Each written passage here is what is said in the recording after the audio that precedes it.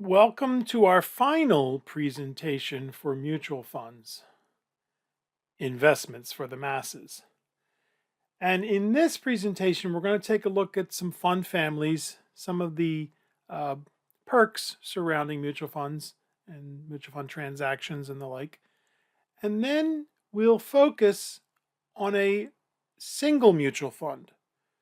We'll go from the many, the 12,000, to one that's been around for over 90 years.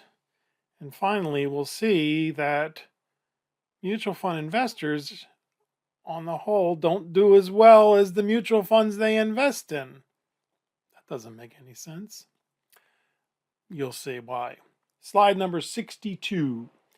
Fund families. A family of funds exists when one investment company manages a group of mutual funds. You see, many years ago, decades ago, a mutual fund company might have had one, maybe two mutual funds.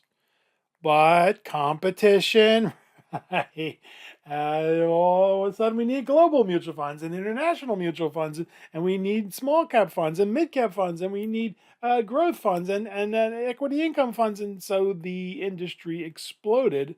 So now some of these fund families have hundreds of funds. The funds in the family vary in their objectives, and of course, we need to do research on any individual fund that we want to invest in. But the good thing about this is you can move your money from one fund to another almost always with no charge. They're not going to hit you with another upfront sales charge or whatever. Be careful, some of them will charge for excessive transfers within the fund family. If you remember, we saw some people who were doing things like selling the fund and then buying it back the next day. No, we're trying to discourage that. We don't want people to be doing those kind of things or timing the market. However, if the fund is in a taxable account, the IRS says, oh yeah, you need to talk to us, because the IRS considers that a sale of one investment and a purchase of another investment. If it's in your retirement account or educational savings account, or what is called a tax qualified account, health savings account, then no, that doesn't generate a taxable transaction. And many years ago, I wish I had come up with this, Forbes said it best: choose a family, not a fund. Right, exactly. It makes sense for you to choose a fund family, assuming that it's a family that's been around for a long time, done well in good times and bad times, and certainly has the choices that you need. Slide number 62. I'm sorry, 63. Here are the top 10 fund families. Well, not really. The problem is getting this information is a little tricky. You would think that the Investment Company Institute would publish that, but they don't. At least I haven't been able to find it. If you can, please do, because different sources will have the 10 fund families differently. I have a couple of different links on the website and in Canvas that you can take a look at, and I know both of them are not right. I'm pretty sure of that. And also, people get confused. Many people put BlackRock as the largest fund family. No, BlackRock is the largest money manager in the world, but it is not the largest mutual fund company. The largest mutual fund company is Vanguard. And for many years, it was Fidelity. But as we saw, Vanguard pioneered index funds and has been very, very popular with those. BlackRock also pioneered ETF index funds. They're called iShares, and now they have, they also have actively managed funds. So does Vanguard. Vanguard talks great talk about index funds, but they still have a lot of actively managed funds. And I always say, when people say, "Well, Vanguard says you can't beat the index," well, how come they still have their actively managed funds? And some of them do. Vanguard has that Prime Cap, which is a great company. They spun off from American funds many years ago. And they have Wellington Capital Management, which is another great actively managed company for many decades. Now, third and fourth, every year is a little different. Pretty much, we're pretty sure that Fidelity is a little bit ahead of Capital Group American funds, but it doesn't matter. They both go back to the 1930s. And Fidelity, as we said, was the largest mutual fund company, and they pioneered the hot, fund manager, the star manager. Well, it worked great for them with some other funds like the Contra Fund and the Magellan Fund and a few others, but it didn't work so great with them with some other funds. So they now have a lot of index funds. So check them out, especially that Contra Fund. The guy is a genius, but he's getting old like me, so he's going to have to retire soon. And boy, they're going to have a hard time filling his shoes. American funds, now, they're a little strange. They weren't called the American funds when they started. They were called Capital Research and Management. But they have funds like the Investment Company of America and the Growth Fund of America and Washington Mutual Investors Fund and American Mutual Fund. Really boring mutual funds. And so people started calling them the American funds because they were the Income Fund of America, the Bond Fund of America. And so they said, okay, I guess we're the American funds. But lately, they've been wanting to go international. They want to go global. So they don't want to be called American funds outside the United States. So they're changing their name back to what it was to begin with, Capital. If they had asked me, which of course they didn't, I would have said, look, do what Panasonic does and other companies.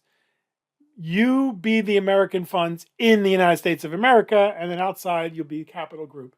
You see, Panasonic isn't called Panasonic in Japan. I think it's called Standard or something, or National. And same thing with some other companies like Danone. They change their name depending on where they are. In France, it's Danone. Yeah. So, but that's that they're a lot wealthier than I am, a lot smarter than I am, so that's okay. But I'm a big fan of American funds. The next group is State Street Global Advisors. It used to be State Street Bank and Trust. Remember the custodians? Right. This company started out, I don't know if they only started out doing that, but they started out as a trust company working as the custodians, offering services to mutual funds as the custodians. And then they started their own mutual funds. And so now they're very large and they have the spiders, the real cute named ETF spiders. Another storied company that's been around for decades, very good company in my humble opinion, is T. Rowe Price. They're based actually in Baltimore. Oh, by the way, Vanguard's in outside Philly, BlackRock's in New York, I think. These companies are all over the world. Fidelity is in Boston. American Funds is in Los Angeles, if you can believe that. State Street is in Boston. Boston is the birthplace of the mutual fund industry in the United States with Massachusetts Financial Services and Fidelity and a few others. Putnam, I think Putnam is in Boston, but not anymore. They're, like I said, they're all over the world. But check out T. Rowe Price. They've got some dynamite funds, and they normally sell directly to investors like Vanguard. Of course, you can go to a financial advisor who could recommend you and will charge you accordingly. Invesco is a little strange. It used to be Oppenheimer, and Oppenheimer, another storied, long-lived mutual fund company based, believe it or not, in Denver, was purchased by Invesco. So they changed all the names, which is sad because Oppenheimer had some. I mean, still there, but they're not called Oppenheimer funds anymore. Some really great, especially that global fund that they had, which was around for decades. Now, DFA, Dimensional Fund Advisors. I don't really know a lot about this company, but they're very popular with brokers, with financial advisors, and they have some very good funds that shine. But I don't work with them at all. And then PIMCO, Pacific Investment Company, is based, believe it or not, in Newport Beach. And for many years, they had the world's largest bond fund. And a gentleman by the name of Bill Gross, who we'll come back to later on, was a bond. He's still working, but I'm not sure if he's actively working as much as he was because he's in retirement age.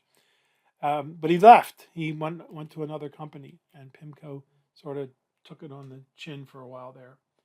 And then Franklin Templeton. Again, another Templeton. We'll talk about Sir John Templeton when we get to stocks. But Franklin is based up in the Northern California area. Again, they're all over the world. But they have some dynamite funds. But they've done a few things that I've really questioned. They bought Legg Mason. Remember the Legg Mason Value Trust, which is now Clearbridge Value Trust. But hey, they're trying to do their best. So this is just 10 of the many fund families that are out there. So you don't have to limit yourself. We put 6 links to 6 of these companies. I think, who did we put? Vanguard, Fidelity, American, T. Rowe Price, Franklin Templeton, and and Dodge and Cox. Dodge and Cox is a company that's been around since the 30s, but they're really different than everybody else. They're based actually in San Francisco. Excuse me. And you would think, San Francisco. And I go to their website and watch their insights and their commentaries, and like most all these companies will let you go to their websites even if you're not a customer, and check out what they're saying about the markets, what they believe is their strategies and the like. And Dodge and Cox has done really, really well since 1931 or something like that. You go to their website and you're thinking it's San Francisco. They're going to be very cosmopolitan and everything. And they all look like they're from Kansas. I'm not trying to disparage the Midwest, but it's a very different culture. It's kind of a real homespun and I've just always been blown away. And my kicker, my little what they're called contrarian indicators, is the boring companies like American, T. Rowe Price, not BlackRock. I keep saying BlackRock. Dodge and Cox. These boring mutual fund companies that have been around for decades and have done well in good times and bad, they've been lagging lately because it's all been about the high growth companies, the FANGs. Now they're called the Magnificent Sevens. And so, to my mind, that means it's about time for the worm to turn. It's about time for the boring companies to shine, because they go in cycles. In the late 90s, people like American Funds and T. Rowe Price and Dodge and Cox were considered fuddy-duddies until the .com revolution became a .bomb, and then they looked like geniuses. So, that goes in cycles. But do check these out. Check these out, and if you have a 401k at work or whatever, check out the mutual funds that are available in your 401k, 403b, because part of your assignment is to research at least 2 different mutual funds. Download the annual report. Read everything you can about them. Go to Morningstar, go to Lipper, Yahoo, whatever, and go to the library. Oh my goodness, you've been to a library, right? And check out everything you can about them, and have fun. I hope so. Because the assignments are really not that hard. You're finding out information about individual investments. But what I love about them, at least from my point of view, is that they're entirely open-ended. You don't have to stop with the questions we put on the assignment. You can just keep right on going and learning more and more. And I tell people, I'm going to tell you in other commentaries and the like, get lost.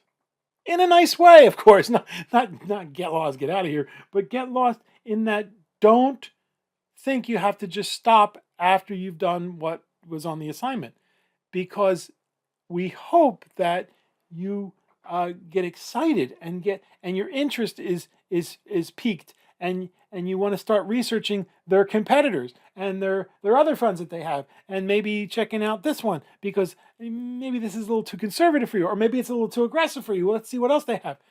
And with 12,000 mutual funds, there's never any end to what you can keep learning. One of the most smartest marketing companies is Fidelity.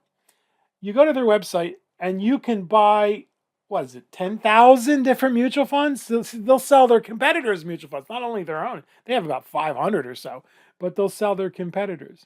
So this is part of investing that I love, and other people don't really like it, and other people do. So it's up to you. Have fun. And remember that if you really don't like this when you do the assignments, as I say in the commentaries, that's a good sign also. It just means that maybe you need an investment advisor. You want somebody to help you. If you do, that's a good sign that you could be your own investment advisor and really thoroughly enjoy it, as well as be profitable. Okay, enough of that. Slide 64. Let's take a look at some of the services that mutual funds offer, which make mutual funds very, very popular choices with people just because they're so convenient. Automatic investment plans. All mutual funds have a system for you to automatically invest periodically. It's called dollar cost averaging, which is really a bad name. I've tried to come up with a better name: systematic investment plan, automatic investment plan. They don't sound as exciting either. But the mutual fund service that allows shareholders to automatically send fixed amount of monies from their paychecks or bank accounts into the funds.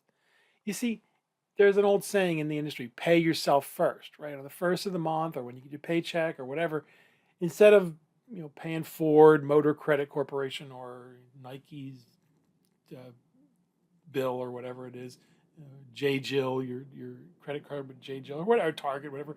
You pay yourself first, $50, $100 a month. In my humble opinion, this is the absolute best way to invest in a mutual fund. You don't worry about whether it's a good time to invest or a bad time to invest. Every month is a good time to invest $50 or whatever that comes right out of your paycheck or your checking account. And here's the key: for the vast majority of us working grunts, it's practically the only way most people are going to invest. You'll hear people say, "Oh, I want to wait till I got about $5,000 and I'll start investing." Like, yeah, when's that going to happen? Get started now. The next wonderful service is the automatic reinvestment plan. See, mutual funds, if you don't ask for it, will automatically, by default, reinvest all distributions of dividends, interest, capital gains back into the fund. You see what I'm saying? The mutual fund service automatic reinvestment plan enables shareholders to automatically buy additional shares in the fund through the reinvestment of dividends, interest, and capital gains. And no, they're not going to charge you another, sales charge or anything on that.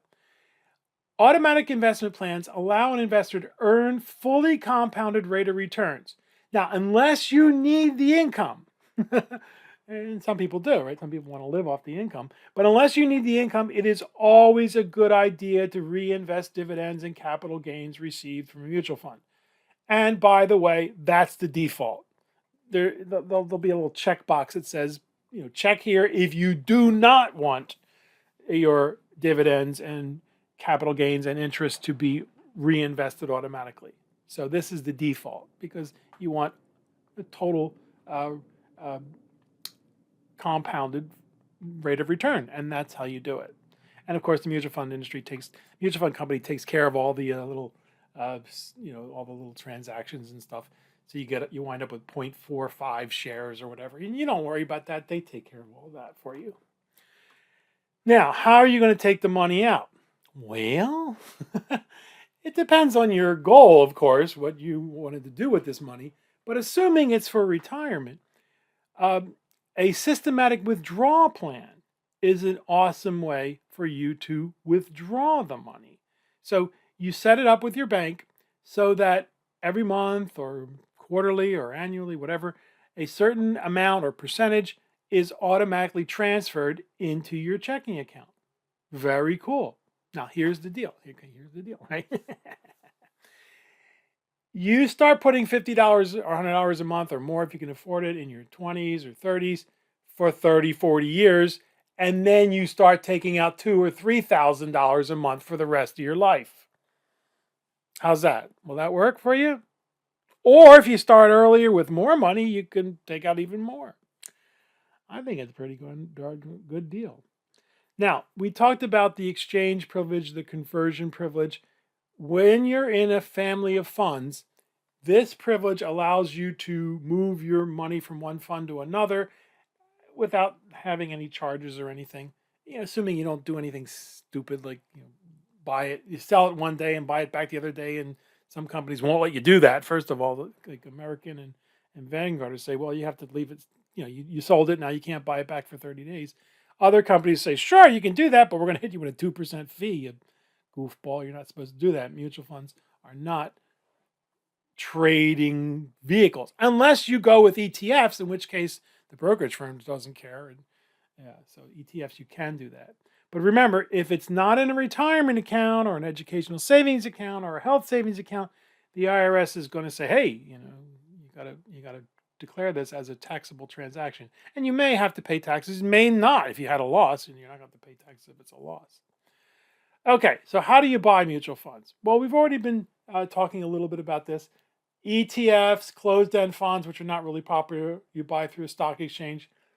Open-end, you can buy through your broker, directly from the investment company, and I think the best way, of course, is automatic contributions, as we've already mentioned.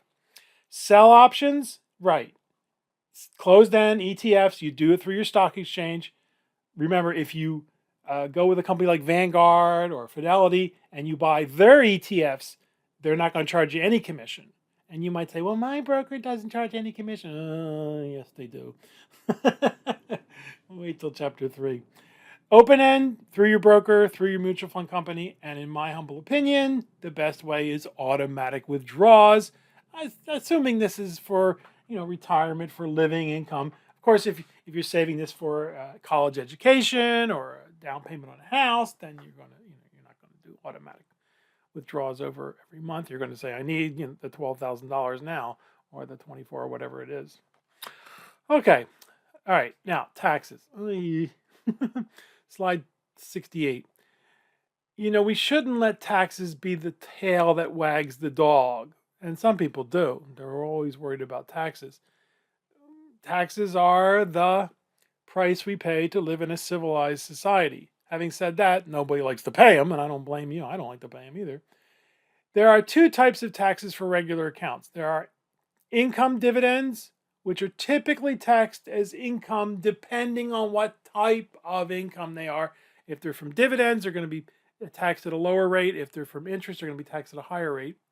Capital gains distributions are the other type, and they typically, if they are long-term, taxed at a much more advantageous rate. If they're short-term, which means under a year, then they're taxed as if they were income you earned at a company as an employee.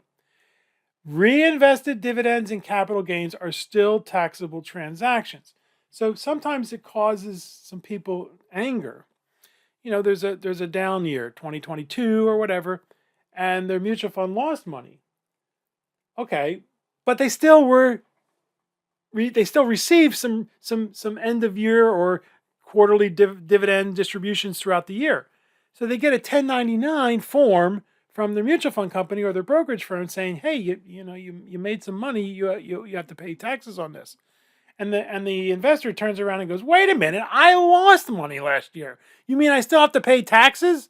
So they go to their congressperson and scream and holler, and the congressperson kind of just says, oh, well, maybe someday we'll work it out so that you only pay taxes when you make money, which in other words, it's not going to happen. It's just not going to happen. Every once in a while, somebody makes some noises about unrealized capital gains. In other words, paper profits would not be taxed until you sold your mutual fund shares. It would create an accounting nightmare. But then again, the tax code is very broken, and it does create an accounting nightmare for most of us. So who knows? It might just happen. But just remember that sometimes you may lose money, but you still have to pay some taxes. Now, at first, it's not going to be a whole lot of money, folks. If you're in a regular account and you're putting $50 a month away, it's going to take several years, but eventually it's going to be a lot of money. You're going to be hit with some serious taxes, and for which I say congratulations. Right. That means your investments have done well. Your mutual funds have returned good returns, and you're getting rolling some dough coming in. So yeah, we're always, as much as we begrudge the paying them the taxes, it's a good thing. It's a champagne problem. Now, if indeed you're putting this money into your 401k, your Roth IRA, your educational savings account, your health savings account, what the IRS calls tax qualified accounts, then you don't worry about this every year. You don't get a 1099. You don't have to worry about it. You only worry about it when the money is taken out. If it's in a Roth IRA and you are 59 and a half and you've done everything that you're supposed to do and they've done what they're supposed to do, then it's tax free. Well, IRS doesn't like that. They like the term tax exempt. And that's very cool. And we'll discuss these later on. But if you really want to know about them now, contact me and I can talk about this far longer than any reasonable person would ever want to listen. So that's taxes. Slide 69. Now, where do we get our information? Well, in your assignment, you're going to choose a couple of mutual funds. And again, there are 6 links to 6 companies that I think are great companies, 4 of which I think are awesome companies. And but there are just dozens and dozens of mutual fund companies and thousands of different funds. So you decide. We want you to download the prospectus and the annual report. Now, there's a commentary on the prospectus for the sample mutual fund that we're going to take a look at in a few moments on the website in Canvas. So check that out, or just find the prospectus. It's usually under literature or publications when you're looking up the mutual fund on their website. And I know it's a very important document that nobody reads. Describes the risk factors, the fund's past performance, the types of investments, the information about dividends, distributions, taxes, who's the fund managers. Ooh. And in the face-to-face class, I pass these things out. I literally say, let's take a look. Let's take a look. In fact, as you're thumbing through it, something should look familiar. Yes, the information from the presentation on fees should look very familiar. It's in there. It's really not that hard. I know it's written in such a way as to be useful only for insomnia, but you really should familiarize yourself with what's in the prospectus, although nobody does. I told you the little story about my boss at the brokerage firm looking at me like I was had 3 eyes in the middle of my forehead because I actually read the prospectus. And he goes, I don't know anybody's ever read prospectus. I've been in the industry over 20 years. I've never read a prospectus. And then the annual report. Download the annual report. The first several pages will be, fairly easy to read, and then it's going to get really, lots of numbers and scary stuff. But do your best. Do your best. And remember that the mutual fund company is going to put their best foot forward. We're going to download some stock mutual annual reports later on in the semester. So realize that they're doing their best to make everything sound good. And if they're smart and if there's bad news, they're going to be truthful. They're going to say, you know what, we didn't do that well this year, but look how well we've done over the last 10 years or whatever. So check out the prospectus and the annual report for the funds that you will use for your assignment for Chapter 2. Now, there are manifold, you like the word manifold? It means many. Publications, websites. For many years, the Lipper was the big Mahatma for mutual fund research. And then Morningstar burst on the scene and said they're going to make it more sexy, and they've done their best. And Lipper used to be a pay-only website, but now I don't know, it's a little strange. I've gone to Lipper. I kind of have a hard time figuring out what they're doing right now because they were bought by, I think, 2 different people. But Morningstar is certainly much more profitable and much more popular now. When you go to Morningstar's website, every 5 minutes they're going to pop up a box trying to get you to sign up for their $20 or $50 a month or whatever. And you can go to the library. Business Week, Forbes. I like Forbes. Again, it's available at the library. Kiplinger's, I haven't read them in a long time. Or Money, I haven't read them in a long time. But again, libraries are cool. Go have some fun in the library. Eventually, we're going to learn how to use the value line, which is the best. And they're available at the library.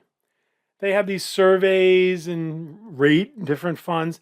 I'm not a big fan of these things because they turn it into a bit of a popularity contest, especially Morningstar. They have their star ratings from 1 to 5, and they've gotten better. They've definitely gotten better, and they took some of the criticism to heart because some of the funds would have a 5 one year and then a 1 the next year. Excuse me. Mutual funds are long-term investments. It doesn't make sense that it would be your best in one year and then the worst in the next year. No. So they've smoothed out the rating system. They're human too. And they make mistakes, and to their credit, they've tried to rectify that star system that they call it. How about websites? Again, Morningstar, Businessweek, Finance.yahoo.com. Used to be really good. It's still okay. And then the mutual fund companies' internet sites really are just one of my favorite. I know.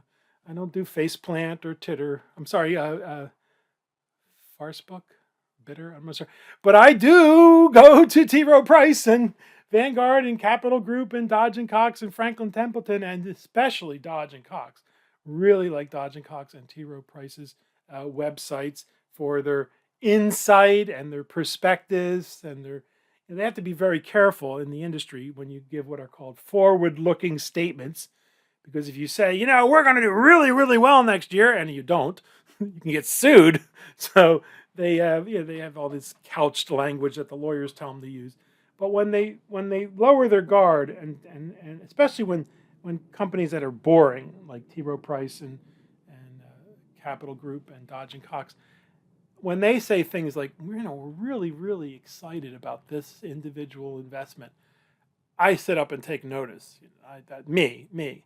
And then check out Fidelity and whatever you can listen to by the guy from Contrafund. I've already mentioned him, Will Danoff. Will Danoff. He's going to retire soon, I think, but he's brilliant. I've listened to him several times, and I just love listening to him. And the one thing it's up to you, of course. Everybody follows their own individuals. I look for people who have humility and a bit of a sense of humor, because if you don't have humility and can't laugh at yourself, this industry will really chew you up. Yeah. And then the mother lode, the Investment Company Institute website, ICI.org. If you're so inclined, check out their annual fact book. It's and as I said, it's really strange because you would think that it would be ranking the mutual fund industry by size, but they don't. I guess because they don't want to anger their members, because it's a nonprofit group, it's a trade group, and of course they get their funding from the different mutual fund companies. So I guess they don't want to anger any of their constituents. Okay. Oh my goodness, are you exhausted yet? Oh, I know it is exhausting. All the information you've learned about mutual funds. And now, how do I pick one, Payano? Everything you've said is great, but how do I pick a mutual fund? Well, I warned you already. It's not easy. Once you've chosen your fund, or maybe two funds, to start off with, then it's very easy, because then they do all the work. You just have to sit around and watch what they do and check them every 6 months, a year or so.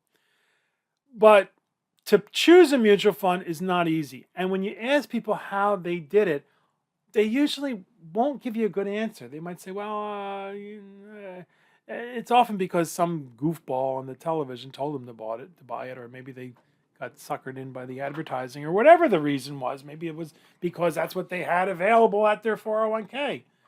But my advice, for what it's worth, on slide 72, is to pick a mutual fund that invests in high quality stocks or bonds.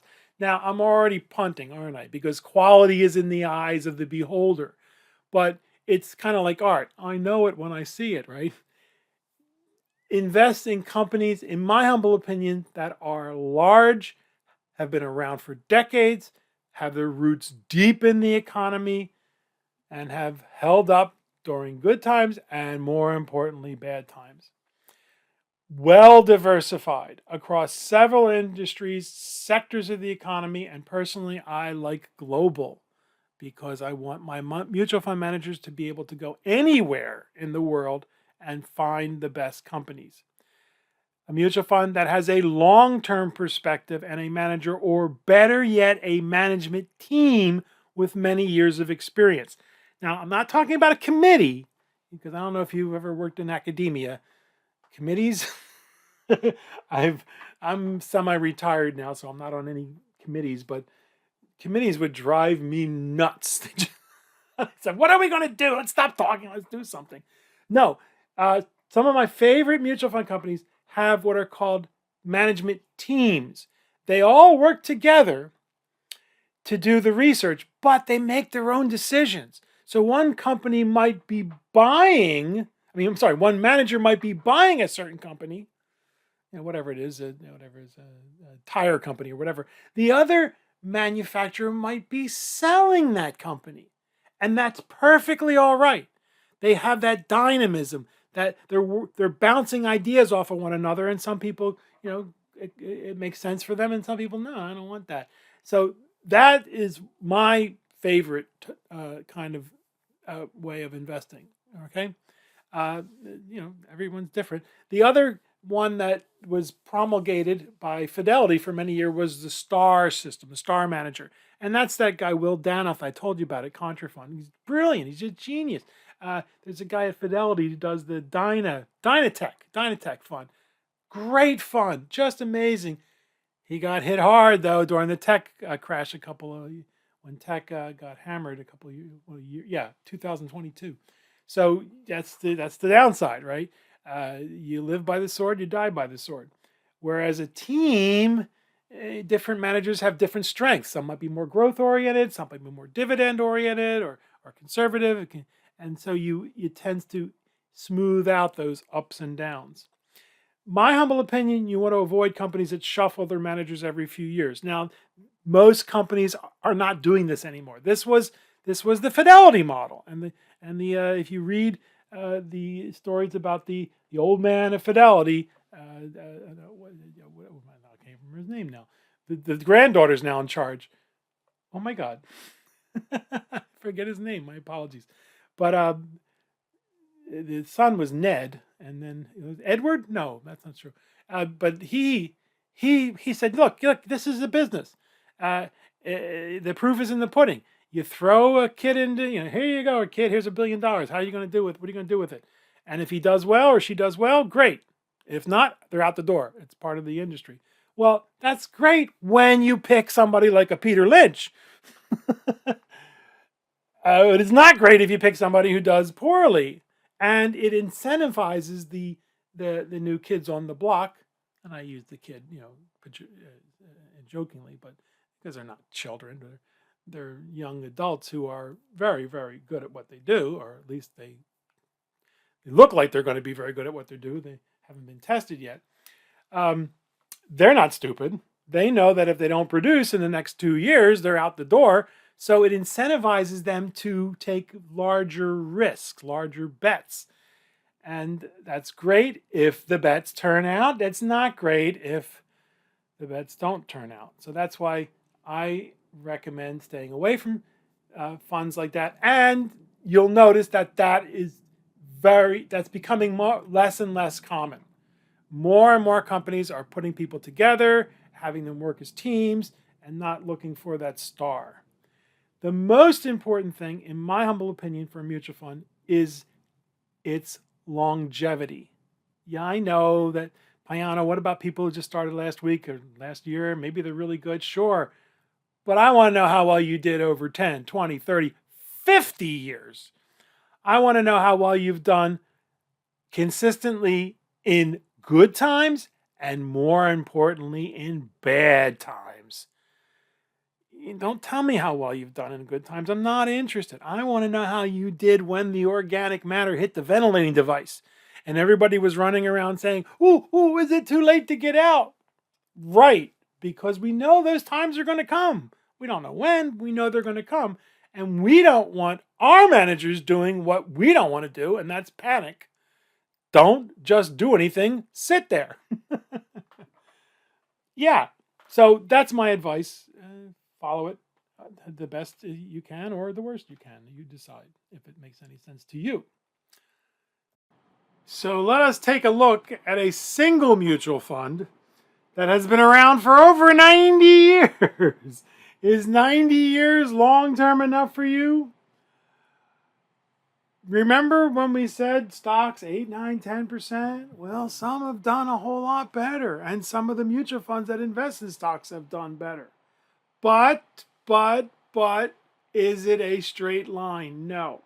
And in the face-to-face class, we would now go and take a look at the illustration. What I want you to do, and please go do it, please do it, is to take a look at the sample mutual fund here, just one out of over 12,000. Take a look at the 90 years of investing. There's a commentary, a video to watch. Look at the kind of companies this is a domestic growth and income stock mutual fund. So take a look at the kind of companies they would hold. Take a look at the benefit of time, why it's good to just keep a long-term perspective, and then the worst day and the best day. So make sure you also take a look at the hypothetical illustrations. We'll get to that in a few slides, and then we'll discuss the we have already discussed it some. We'll discuss it even more. The A share commission base versus the assets under management. So make sure you go through these. We would go through these in the face-to-face class and demonstrate them, but we do that here in little vignettes, little commentaries and the like. So they're in Canvas and they're on the website. So either way. So yes, this mutual fund over 90 years has done 12%. Now it's called the Investment Company of America. It's been around actually longer than that. It dates back to, I think, 1926, but they changed the investment advisor January 1st, 1934, so the clock starts again. So check out what 90 years of investing can do for you. I know, most of us don't have a 90-year time frame, so then check out 30 years, 40 years, yeah, you'll do that. But stocks are risky, right? People say, well, aren't stocks risky? Yes, in the short term, they are risky. But long term, so far, the news has been good. You never know what's going to happen in the future. But the last 200 years, the last 100 years, the last 30, 40 years, 20 years have been the most prosperous years globally in the history of the world. And I've told you, very optimistic economically. Politically, I'm scared to death because it looks like democracy might be on the skids. The rise of authoritarianism around the world is disturbing. But economically, we're doing okay. And, it's not perfect. We still have a long way to go before everyone has clean water, good food, clothing, and shelter, and bicycles, and cell phones, and shoes. But I've already told you, I'm optimistic. We'll see. And by the way, democracy tends to be the best thing for a capitalist economy. But now's not a good time to invest. You're going to see best day, worst day in that series of vignettes I told you about. You're not going to worry about that. When you and I are working grunts or putting $50, $100 a month away, you don't worry about when the best time to invest is. You don't worry about the worst time. You just keep putting money in. Stock market goes up, great. Yeah, we made some money. It goes down, great. Next month we're going to get more shares when the $50 or $100 comes out of our paycheck. And by the way, when are we ever looking at a great time to invest? Usually, when everybody believes it's the best time to invest, it's the worst time to invest. It's after the market's gone up 100, 200, 300%. It's only when the market's fallen 50% that people go, oh no, now's not a good time to invest. Yes it is. Oh, well. What about market downturns? Well, you're going to go through the hypothetical illustration and see that there are going to be times when you're going to lose money. I wish I could tell you differently. If you invest in stocks, there's going to be times when the markets have jitters, whatever, something bad happens. And, there's no guarantees. The whole thing could fall apart and dissolve into a pool of tears. But if you really believe that technologically based capitalist societies are going to crack, fall, and dissolve, get out of the Northern Hemisphere. Go learn to raise goats somewhere in Tierra del Fuego or Tasmania. But I'm very optimistic. But how do you deal with the market downturns? How do you deal with the emotions? What should I do? Keep a long-term perspective. and use a technique that is for the vast majority of us is what we're going to do. It's called dollar cost averaging. And you know what? You're going to see it sometimes with the hyphen and sometimes without the hyphen. It's a terrible name. I wish I could come up with something better. Systematic investment plan, automatic investment plan. You're probably not going to memorize this because I want you to eventually when we get to chapter 11, right? But it's a system of buying an investment at regular intervals with a fixed dollar amount. $50 a month, $100 a month, more if you can afford it. You see, with dollar cost averaging, there's always good news. When I first met my wife, she was terrified of stocks, and I was telling her how good it is to invest, and she didn't believe me. But I would say Anita, because that's her name. Anita, no matter what happens tomorrow, when we wake up, there's good news. When the market's up, good news. Your account is worth more. Your $100 is now worth $100.22 or whatever. So yippee! The market's down. Good news. What? Huh? No, think about it. When do you want to go to the store? After they've risen the prices 100%? You want to go to Macy's and JC Poopies and whatever? Now it's Walmart and Target, right? When they've lowered their prices, and that's what happens in the stock market. There's a big sale going on. Everybody runs out the door. Figure that one out. So no matter what, you're not going to pick the worst day. You're not going to pick the best day. You're going to continue to put $50, $100 a month, more if you can afford it, into a long-term investment, in this case, mutual funds, and just pray that the world doesn't end. In the chapter 11, I'm going to ask you to memorize this, and I'm going to show you why. But the average cost per share should be lower than your average price per share. It's not a guarantee, but because when the market's up, your $50 is buying fewer shares, and when the market's down, your $50 are buying more shares, your average cost per share should be lower than your average price per share. Now, it's not a guarantee that it's going to work, but it's probably the easiest way to implement an investment plan because you don't worry about when's a good time to invest. You don't worry about when's a bad time to invest. Every month is a great time to invest. And coincidentally, it's probably the only way most of us working grunts are going to invest because you hear people say, well, I'm going to wait till I have about $5,000 and then I'm going to start. When are you going to have $5,000 lying around the house? Now, for some of you, just starting out 18, 19, 20 years old, still in college, relax, by 25, by 30, you're going to want to get started. You're going to be joining the benevolent machine and trading your life for your paycheck and your paycheck for the rent and the orthodontia and the and the vet bills and the kids' shoes. But there's a saying that we really push in the principles of money management class. Pay yourself first. Make sure the first thing that comes out at the beginning of the month comes out of your checking account or your paycheck is your investment. Cool? And of course, there are many other ways to invest, but this is probably the easiest way for the vast majority of us little people. Slide number 75. Now I've already pointed to you on the website where these are, and of course they're in Canvas.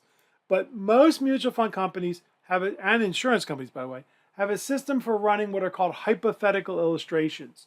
Hypothetical illustrations. They're examples of returns of investments for either a lump sum principal, they often use $10,000, I don't know why, or a stream of investment, a series of deposits, a dollar cost averaging, right? And that's the one that's more relevant to most of us, or a combination of both. They must be approved by the Securities and Exchange Commission, the Financial Industry Regulatory Authority. They got to contain all these disclaimers about past versus future performance. So in the face-to-face class, we would now run to these and do them. And if, I've done a few. I did the 90-year one. Then we did 30 years at $100 a month, 40 years at $100 a month, 40 years at $100 a month, increasing our contribution $10 every year, $100 a month, then $110 a month next year, $120. one fewer trip to $10, $8, Starbucks, whatever it's called, Starbucks, a place that sells you really expensive coffee. And then for people in their late 40s and 50s, we've done 20 years. But if you have one that you want to see, just contact me. I can run these things, boom, boom, boom, boom. They're really very simple to do. And I, of course, can talk about this far longer than any reasonable person would ever want to listen. So do run on over to the website, or it's in Canvas, and go through these hypothetical illustrations. 90 years, and then these guys. And then these two here. There's a presentation for this, right? There's a presentation for this. This shows you that the difference when you have a huge amount to invest. Yeah, and these are the people that the brokers want. They don't want $50 a month people. Go away. I do. I want people just who've never put a dime away. That's what I want to do and get them started. But these brokerage firms, they usually. I remember one client talking about the broker that her parents had, who said, "Well, I don't take a client at least if they have $500,000, and I am thinking of upping that to $750,000." And I'm thinking, these people don't need your help. They're doing okay. Now maybe they got a lump sum from an inheritance and they don't know what to do with it or whatever, but still, yeah, $50 a month. So go through these. My apologies. I'm blithering here. My apologies. Okay, so run some hypotheticals, run through them. If you want to do any and you want to see any, maybe $200 a month, or maybe you only got 25 years or whatever, just contact me. Okay, now, was I trying to sell you Investment Company of America? No. It's a good fund. It's been around, again, since 1934. But there are others. And here are a couple dozens of mutual funds. Now, of course, if you're looking at this on your phone, you're not going to be able to read these. But here are a couple dozen mutual funds that have been around for over 50 years and have done 10% or better. Now, the one I really should get rid of out of here is Fidelity Magellan. And the reason is because, remember, we talked about Peter Lynch. We'll talk about him again. We get to the all-stars of investing. He racked up 29% a year for 13 years. And so that skewed Magellan into nosebleed section. But here's one. Look at this guy. T. Rowe Price Small Cap, 12.69. The Growth Fund of America, 13. Fidelity Contra, 12.6. So they're out there. There's the Investment Company of America. It actually should be like 12 or something like that. 11.99. I think it's supposed to round up to 12. But still, who else? Washington Mutual Investors Fund, 11.71. So they're out there, folks. And would I recommend any of these mutual funds? Well, you could do a whole lot worse. But the one thing we notice about these funds that have been over 50 years is that they're mostly all domestic. There's a few global. Where's the New Perspective? That's global. New Horizons, global. Who else? Invesco Global. That used to be Oppenheimer's. That's Oppenheimer's global fund. And then Templeton Growth Fund, which is global. But most of these are domestic. And that's just because global investing really didn't start getting kicked in until the 1960s and 1970s. So there's not that, there's not as big a universe as there are domestic. So would I recommend these? Yeah, sure. But if it's coming from a clean sheet of paper, I more will recommend to people think globally and grow. I'm a big growth and income fan. So a global stock, growth and income mutual fund. But everyone's different, right? Everyone's different. But because I want my mutual fund manager to be able to go to every country and find the best company in the world. That's just my opinion. Others people, as we said, Jack Bogle, who was one of the co-founders of Vanguard, the largest mutual fund company in the world, he believes you should stay close at home, and he says you're getting plenty of outside exposure outside the United States because many of the largest companies in the United States do a significant amount of their business outside the United States. So here, there's room for different opinions. But folks, the news is good, right? And most all of these mutual funds have beaten their respective indices over decades. So don't let anybody tell you that there aren't people who can't beat the index. There are, not that many, but they're out there. And they're the ones, in my humble opinions, we should be seeking out.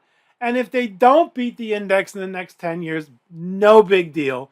They're probably, because most all of these do hold up well on the downside, are going to do well in spite of themselves, right? Okay, slide 76. Now, here's where it gets a little tricky. Slide 77. What about the investors? Well, there's a saying in the industry, and it's true. It's already been shown to be true. Most mutual fund investors do worse than the mutual funds they invest in. Well, now, wait a minute. That doesn't make any sense. How could that be? If you're investing in a mutual fund, you're going to do as well as the mutual fund. No, no, no, no, no. No. What do people do? Right here. See, now this graph, it might be a little small for some of you, but here's starting in 2000. The market had gone in two directions in the 1980s and 90s, up and way up, and it was blue skies, Y2K, productivity gains. We're all going to get rich, rich, rich, rich, rich. Many companies that have never made a dime of money, probably wouldn't make a dime for years, were selling at outrageous amounts of valuation. And sure enough, that was right when the market peaked, March of 2000. And you see the blue, whatever these are, not blue, like turquoise or whatever. Those are inflows. The yellow is the market's performance or returns. So people shoved tons of money into the mutual funds. These are inflows into mutual funds. Just as the market was ready to turn south, 3 years in a row, 2000, 2001, 2002, the market fell.